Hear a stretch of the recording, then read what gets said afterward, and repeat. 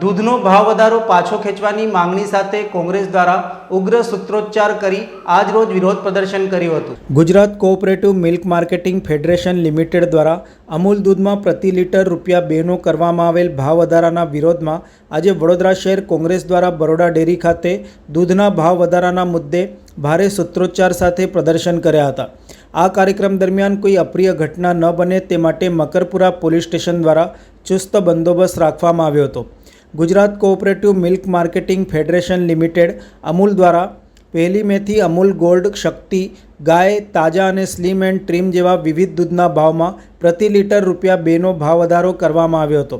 જેના ભાગરૂપે વડોદરા જિલ્લા દૂધ ઉત્પાદક સહકારી મંડળી બરોડા ડેરી દ્વારા પણ પ્રતિ લીટર ₹2નો ભાવ વધારો કરવામાં આવ્યો હતો।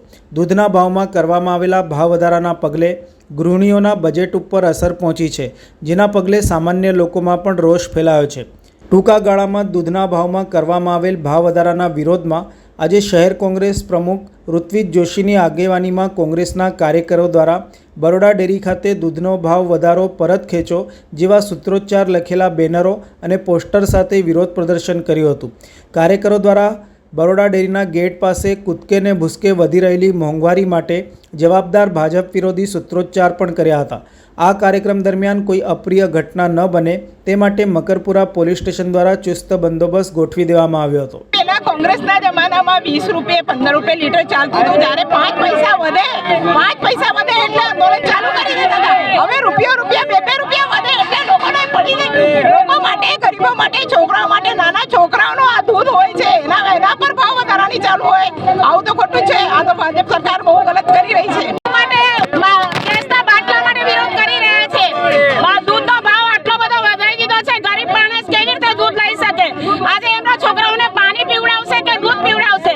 આટલો બધો ભાવ વધારો ના હોઈ શકે। બાટલાનો ભાવ વધી ગયો છે, દૂધનો ભાવ વધી ગયો છે, તો આ આટલી બધી તાનાશાહી કેમ ભાજપની ચાલે છે? કોંગ્રેસના રાજની અંદર 20 રૂપિયા લીટર દૂધ મળતું હતું, આજે 100 રૂપિયા લીટર દૂધ છે। ગરીબ માણસને પોસાય એવું નથી। પતિ પત્ની બેવ કમાવે છે તોય છતાં એમનું ઘર ચાલે એવું નથી। અમે આ થાળી અને વેલણ વગાડીને વિરોધ કરી દૂધના ભાવ વધારો જે કરવામાં આવ્યો છે, એની સાથે સાથે દૂધની જે બનાવટોમાંથી જે છાશ બને, છાશમાં ભાવ વધારો, દહીંના ભાવ વધારો। તમે વિચાર કરો કે આ સરકાર જે ગરીબ અને મધ્યમ વર્ગના વોટથી સત્તામાં આવી અને અત્યારે ગરીબ અને મધ્યમ વર્ગને લૂંટવાનું કામ કરી રહી છે। હમણાં થોડા દિવસ પહેલાં જ એલપીજી ગેસમાં 50 રૂપિયાનો ભાવ વધારો કર્યો। જે ગૃહિણીઓ, માતાઓ, બહેનો જે ઘર ચલાવે એમને ખબર પડે કે ઘર કેવી રીતે ચાલે। આજે મોંઘવારી કૂદકે ને ભૂસકે વધી રહી છે। 1 લીટરે 2 રૂપિયાનો વધારો દૂધમાં, 4 રૂપિયાનો છાશમાં। આજે ગરીબો તો કેટલાક લોકો તો ઘરોમાં રોટલો ને છાશ ખાતા હોય છે, અને આ કાળઝાળ ગરમીમાં છાશ તો ગરીબો માટે અમૃત કહેવાય। ત્યારે ગરમીના સમયમાં તમે છાશનો ભાવ વધારો, દૂધનો વધારો। અચ્છા, તમે કોઈ ઘાસચારાનો ભાવ વધ્યો છે, કોઈ પેટ્રોલ ડીઝલનો ભાવ વધ્યો છે, તો ભાઈ દૂધનો ભાવ શું કામ વધારો? ભવિષ્યમાં ચૂંટણી આવી રહી છે એટલા માટે વધારો કરવામાં આવ્યો છે। શું કામ વધારો કરવામાં આવ્યો છે? ભાજપના શહેરના ધારાસભ્યો અને ભાજપના સાંસદો આમ તો મોટી વાતો કરે છે, એમની ઈચ્છા શક્તિ હોય એ લોકો ધારે તો આ ભાવ વધારો પાછો ખેંચાય, પણ એમની ઈચ્છા શક્તિ નથી। ગરીબ અને મધ્યમ વર્ગના લોકો એમને વોટ આપીને ચૂંટાઈને મોકલ્યા છે। આજે એ લોકોને જે ભૂલી ગયા છે, એના માટે કોંગ્રેસ પાર્ટી